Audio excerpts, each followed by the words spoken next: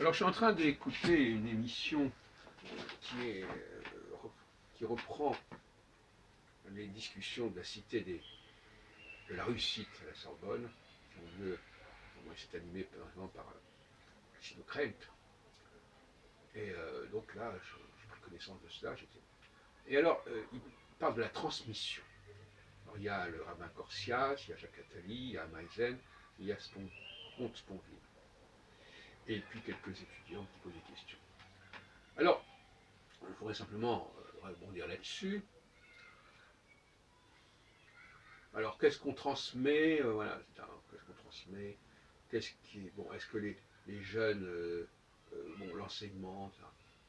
Alors, je suis d'accord pour dire avec Jacques Attali que quand on essaie de convaincre l'autre. Et par conséquent, on va développer des arguments nouveaux qui correspondent à des objections nouvelles. Donc, on ne change pas forcément d'avis, mais on précise son argumentation. Deuxièmement, contrairement à ce que dit le grand rabbin de France, Corsia, on n'est pas simplement dans l'interprétation. Il ne s'agit pas d'interpréter les textes, c'est une solution de facilité. Il s'agit aussi de les corriger, de les réformer, de les restituer à leur signification première et à leur état premier. Puisqu'il y a la loi comme dit d'ailleurs Attali entre autres, la loi de la seconde loi de la thermodynamique, qui dit que les choses se corrompent. Et donc il y a de l'entropie, et donc il faut de la négantropie. Et puis alors, en ce qui concerne les jeunes, est-ce que les jeunes ont des choses à nous apprendre? Eh bien, d'abord, premièrement, je pense qu'il y a un savoir qui est inné, qui est en nous, ce qui fait qu'on ne naît pas nu.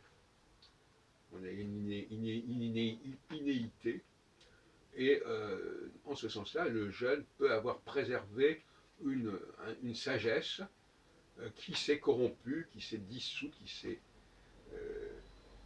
distillée par la suite. Donc eux, ils nous ramènent paradoxalement à un état antérieur.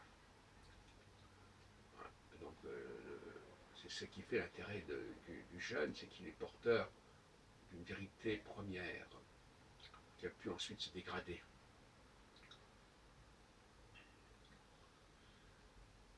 Donc la transmission, je me méfie beaucoup de ce terme, parce qu'on transmet des choses qu'on a reçues, et la machine peut transmettre, la femme peut transmettre.